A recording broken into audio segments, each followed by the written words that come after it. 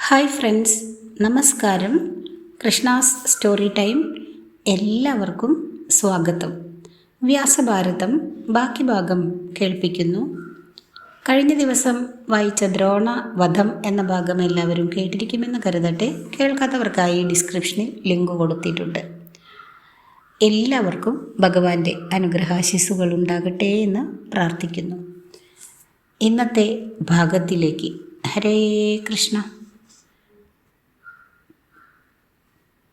5 കർണവധം. ദ്രോണവധത്തോടുകൂടി സൂര്യാസ്തമയം കഴിയുകയാൽ യുദ്ധഭൂമിയിൽ വ്യാപിച്ച അന്ധകാരത്തിൽ നോക്കി അവിടെ തനിക്കു വേണ്ടി ജീവൻ ഉപേക്ഷിച്ച് കിടക്കുന്ന മഹാരഥന്മാരെയും അസംഖ്യങ്ങളായ ഗജതുരക പദാതികളെയും സ്മരിച്ചുകൊണ്ട് ദുര്യോധനൻ വളരെ നേരം വിഷാദമഗ്നനായി നിന്ന് അശ്രുക്കൾ പൊഴിച്ചു. പെട്ടെന്ന് കർണനെ കാണുകയാൽ പ്രബുദ്ധമായ ക്ഷാത്രവീര്യത്തോടുകൂടി തൻ്റെ ആ വിശ്വസ്ത മിത്രത്തോട് ദുര്യോധനൻ ഇങ്ങനെ പറഞ്ഞു: മഹാരഥനായ കർണ, കുരുവംശത്തെ ഈ മഹാവിപത്തിൽ നിന്ന് കരയേറ്റുവാൻ അങ്ങല്ലാതെ മറ്റൊരു ബന്ധു എനിക്കിനി ശേഷിച്ചിട്ടില്ല. കൗരവ സൈന്യത്തിന് ഭയങ്കര നാശം സംഭവിച്ചിട്ടുണ്ടെങ്കിലും അത് ഇതേവരെ പരാജിതമായിട്ടില്ല. അത്ഭുത വിക്രമനായ ഭീഷ്മർക്ക് തുല്യനായ ഒരു സേനാനി ഈ പുരാതന കുരു രാജ്യത്തിൽ ഉണ്ടായിരുന്നില്ലെങ്കിലും പാണ്ഡവപക്ഷപാതിയായിരുന്ന അദ്ദേഹത്തിന് അവരെ തോൽപ്പിക്കുവാൻ കഴിഞ്ഞില്ല. ദേവസേനാനിക്ക് സദൃശനായിരുന്ന ദ്രോണാചാര്യർക്കും അർജുനനോടുള്ള വാത്സല്യം നിമിത്തം അത് സാധിച്ചില്ല. ഭീഷ്മ പിതാമഹനെയും ദ്രോണ മഹാചാര്യനെയും കാൾ യുദ്ധകുശലനും ശസ്ത്രവിശാരദനും വില്ലാളികളിൽ അഗ്രേസരനും വിശേഷിച്ച് പാണ്ഡവന്മാരുടെ ബദ്ധവൈരിയുമായ കർണന് യാതൊരു ദയാദാക്ഷിണ്യങ്ങളും കാണിക്കാതെ തന്നെ സൂര്യോദയത്തിൽ അന്ധകാരത്തെ എന്ന പോലെ പാണ്ഡവന്മാരെ രണാങ്കണത്തിൽ നിന്ന് പലായനം ചെയ്യിക്കുന്നതിന് നിഷ്പ്രയാസം സാധിക്കുന്നതാണ്. ഇങ്ങനെ പറഞ്ഞുകൊണ്ട് കർണനെ സർവ്വസൈന്യാധിപനായി സാഘോഷം അഭിഷേകം കഴിക്കുവാൻ ആവശ്യമായ സകല സംഭാരങ്ങളും ഒരുക്കുന്നതിന് ദുര്യോധനൻ ആജ്ഞ കൊടുത്തു. പ്രഭാതത്തോടുകൂടി അഭിഷേകത്തിന് വേണ്ടതെല്ലാം സജ്ജമായി.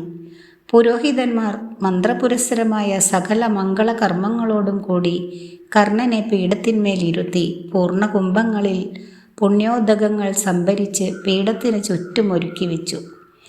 ആനക്കൊമ്പ്, കാളക്കൊമ്പ്, നവരത്നങ്ങൾ, നവധാന്യങ്ങൾ, ഫലമൂലങ്ങൾ മുതലായവ ആ വില്ലാളി വീരൻ്റെ പാർശ്വഭാഗങ്ങളിൽ നിരത്തിവെച്ചു. കിരീടധാരിയായിരുന്ന കർണൻ്റെ ശിരസ്സിനെ മൃദുലതുകൂലം കൊണ്ട് മൂടി. വൈദിക ക്രിയകളുടെ സമാപ്തിയിൽ പുരോഹിതന്മാരായിരുന്ന ബ്രാഹ്മണർ തീർത്ഥോദകങ്ങൾ കൊണ്ട് കർണനെ അഭിഷേകം ചെയ്തു. വൈതാളികന്മാർ കർണസ്തുതി അടങ്ങിയ മംഗളഗാനങ്ങൾ പാടി പാണ്ഡവന്മാരെ പരാജിതരാക്കി വിജയിയായി തീരട്ടെ എന്ന് പരിശുദ്ധന്മാരായ ബ്രാഹ്മണർ ഹൃദയപൂർവ്വം അനുഗ്രഹങ്ങൾ വർഷിച്ചു. കർണൻ അവരെയെല്ലാം സ്വർണദാനം, ഗോദാനം, വസ്ത്രദാനം, അന്നദാനം മുതലായവ കൊണ്ട് പ്രസാദിപ്പിച്ചു. ഇങ്ങനെ അഭിഷിക്തനായി ആശിസ്സും വാങ്ങി കർണൻ കൗരവ സൈന്യത്തെ രണഭൂവിൽ നിരത്തി രഥാരോഹണം ചെയ്ത് ശത്രുക്കളുടെ നേരെ പാഞ്ഞു. അന്നത്തെ യുദ്ധത്തിൽ കർണസായകത്താൽ മൃതിയടഞ്ഞ പാണ്ഡവസേനയ്ക്ക് കണക്കില്ല.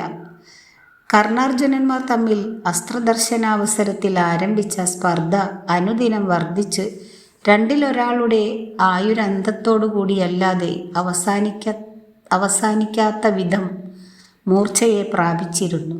ആ സ്പർദ്ധയ്ക്ക് അന്തം വരുത്തുവാൻ അവസാനം വിധി തന്നെ അവരെ രണഭൂമിയിൽ അഭിമുഖമായി കൊണ്ടുവന്നിരിക്കുകയാണ്. ധനുർവേദ വിത്തുകളിൽ വെച്ച് നിസ്തുലന്മാരായിരുന്ന ആ 2 മഹാരഥന്മാരുടെയും ശരാസനങ്ങളിൽ നിന്ന് അന്ന് പൊഴിഞ്ഞ ശരനിരകളെ കൊണ്ട് ആകാശം കാർകൊണ്ടൽ പോലെ ഇരുണ്ടു. സായാഹ്നത്തോടുകൂടി ഭൂമിയും ഇരുണ്ടതിനാൽ ജയാപജയങ്ങൾ കൂടാതെ 2 പേരും അന്ന് പിരിഞ്ഞു. പിറ്റേ ദിവസം പ്രഭാതത്തോടുകൂടി കർണൻ ദുര്യോധനൻ്റെ സമീപത്ത് ചെന്ന് ഇങ്ങനെ പറഞ്ഞു: പ്രഭാതമായിരിക്കുന്നു. ഒന്നുകിൽ അർജുനൻ അല്ലെങ്കിൽ കർണൻ്റെ വീര്യനിര്യാണം കണ്ടല്ലാതെ ഇന്ന് സൂര്യൻ അസ്തമിക്കയില്ല. ഞങ്ങൾ തമ്മിൽ പലതവണ അഭിമുഖമായി അടുത്തുകൂടി ബലപരീക്ഷ നടത്തിയിട്ടുണ്ട്. അപ്പോഴൊക്കെ വിധിയാൽ ഞങ്ങൾ വിമോചിതരായി തീരുകയാണ് ചെയ്തിട്ടുള്ളത്. ഇന്നത്തെ സ്ഥിതി അതായിരിക്കയില്ല. അർജുനൻ്റെ കീർത്തിക്കും കർണൻ്റെ യശസ്സിനും ഏകകാലത്തിൽ ഈ ഭൂമിയിൽ സ്ഥലമില്ല. രണ്ടിലൊരു ദീപം ഇന്ന് അസ്തമിക്കുകയും മറ്റേത് തെളിഞ്ഞ് പൂർവാധികം പ്രഭയോടെ ജ്വലിക്കുകയും ചെയ്യണം. അസ്ത്രശസ്ത്രങ്ങളിൽ ഞങ്ങൾ രണ്ടാൾക്കും ന്യൂനാധിക സംഭാരങ്ങൾ ഇല്ല. ധനുർവിദ്യയിലും ലക്ഷ്യഭേദനത്തിലും അർജുനൻ കർണനെയും കർണൻ അർജുനനെയും കവിഞ്ഞു പോകയില്ല. ദേവദത്തമായ ഗാണ്ഡീവ ധനുസ് അർജുനനുണ്ടെങ്കിൽ ഭാർഗവദത്തമായ വിജയധനുസ് എനിക്കുമുണ്ട്. എന്നാൽ ഒരു വിഷയത്തിൽ അർജുനന് എന്നേക്കാൾ മെച്ചമുണ്ടെന്ന് സമ്മതിച്ചേ തീരൂ. അർജുനൻ്റെ രഥാശ്വങ്ങൾ നിസ്തുലങ്ങളാണ്. സാരഥിയായ ശ്രീകൃഷ്ണൻ അതിമാനുഷനുമാണ്. കൃഷ്ണതുല്യനായ ഒരു സാരഥിയെ ലഭിച്ചു എങ്കിൽ സമാന ബലത്തോടുകൂടി എനിക്ക് ഇന്ന് അർജുനനോട് നേരിടാമായിരുന്നു. മദ്ര രാജാവായ ശല്യർ ശ്രീകൃഷ്ണ സദൃശനായ ഒരു സാരഥിയാണ്. ദുര്യോധനൻ്റെ അപേക്ഷ പ്രകാരം ശല്യർ കർണൻ്റെ സാരഥിയാകാമെന്ന് സമ്മതിച്ചു. രഥാരോഹണം ചെയ്തു. കൗരവസേന അണിനിരന്ന ഉടനെ അർജുനൻ്റെ കപിധ്വജം അന്വേഷിച്ചുകൊണ്ട് കർണരഥം പാണ്ഡവസേനയുടെ നേരെ പുറപ്പെട്ടു.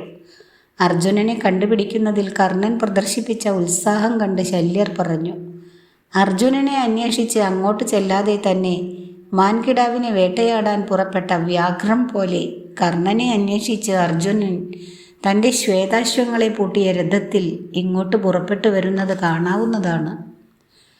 ശല്യരുടെ ഹൃദയശല്യങ്ങളായ വാക്കുകൾ കേട്ട് കർണൻ്റെ മുഖം കറുത്തു.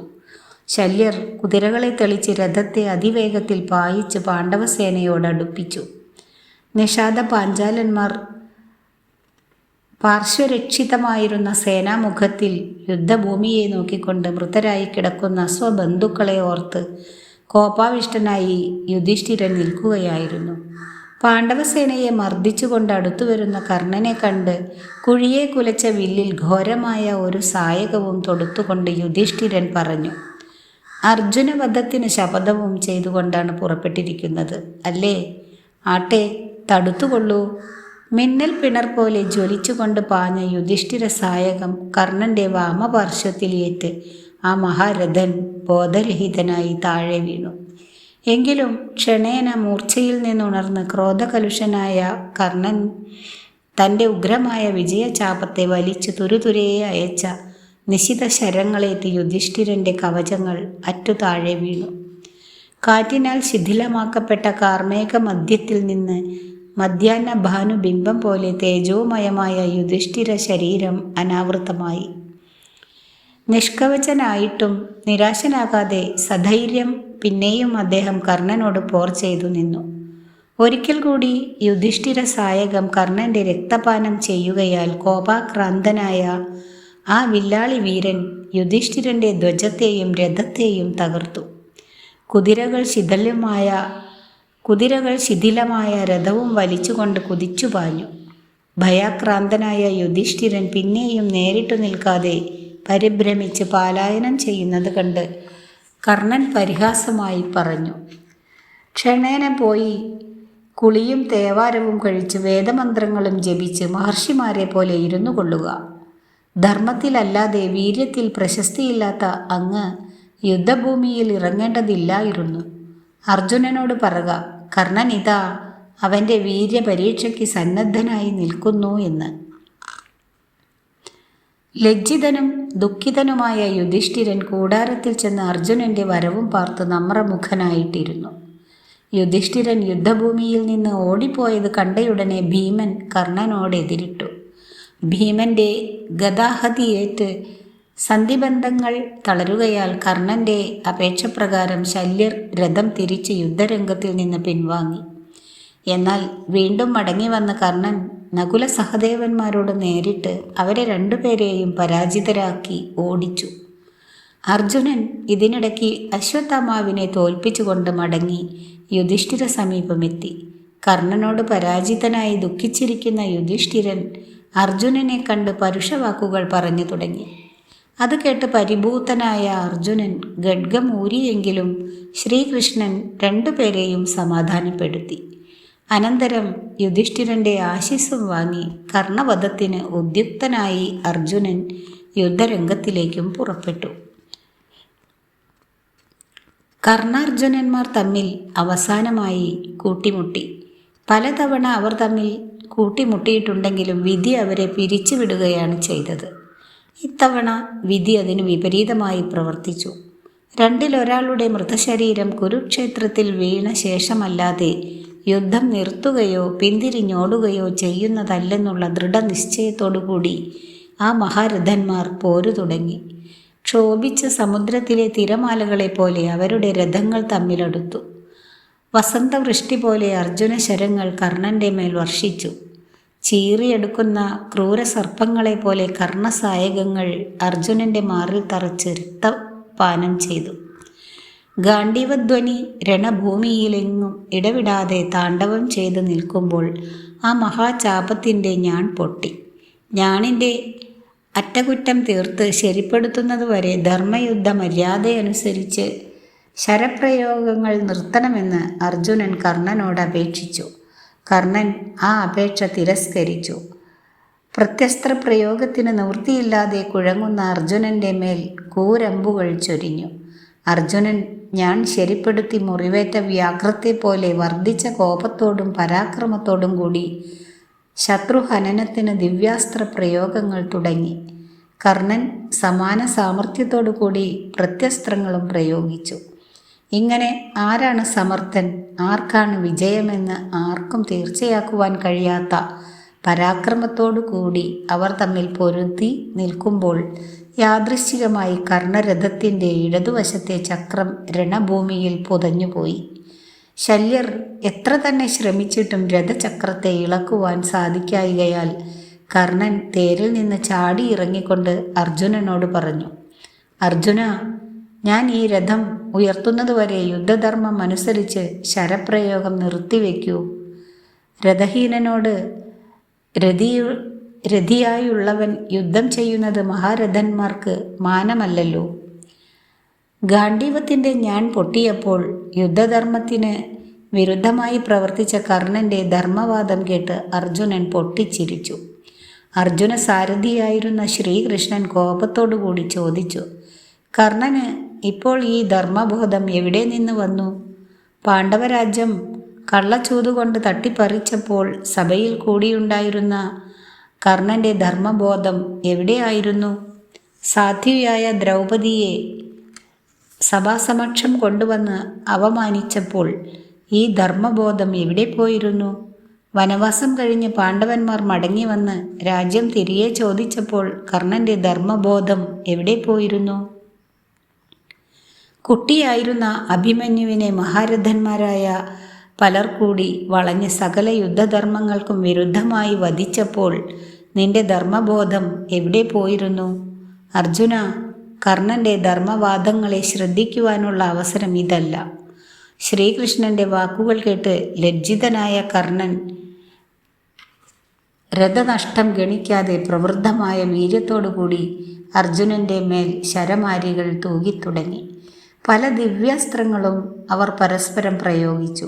അവസാനം അർജുനൻ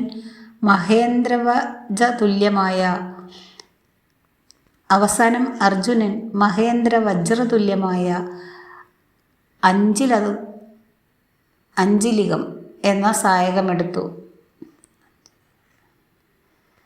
3 മൊട്ടുകളും 6 പക്ഷങ്ങളും ഉള്ളതായ ആ തീക്ഷ്ണബാണം സഹസ്രരശ്മി സദൃശമായ തേജസ്സിനെ വമിച്ചുകൊണ്ട് ഗാണ്ഡീവത്തിൽ നിന്ന് മേഘനിർഘോഷം പോലുള്ള ഘോരാരവത്തോടെ പാഞ്ഞു. അംഗീരസകൃത്തയ്ക്ക് സമാനമായ ആ അത്യുഗ്രബാണം നിതാന്ത വിക്രമനിധിയായിരുന്ന കർണൻ്റെ ഉത്തമാംഗത്തെ ഛേദിച്ച് നിലത്തിട്ടു. ഇതോടുകൂടി ഇന്നത്തെ ഭാഗം അവസാനിപ്പിക്കുന്നു. അടുത്ത ദിവസം അടുത്ത ഭാഗമായ ശല്യവധം കേൾപ്പിക്കാം. വീഡിയോ ഇഷ്ടമായാൽ എല്ലാവരും ഒന്ന് ലൈക്ക് ചെയ്യുക. സബ്സ്ക്രൈബ് ചെയ്യാത്തവരെല്ലാം സബ്സ്ക്രൈബ് ചെയ്യുക. പ്രിയപ്പെട്ടവർക്കായി ഷെയർ കൂടി ചെയ്യുക. Thanks for watching.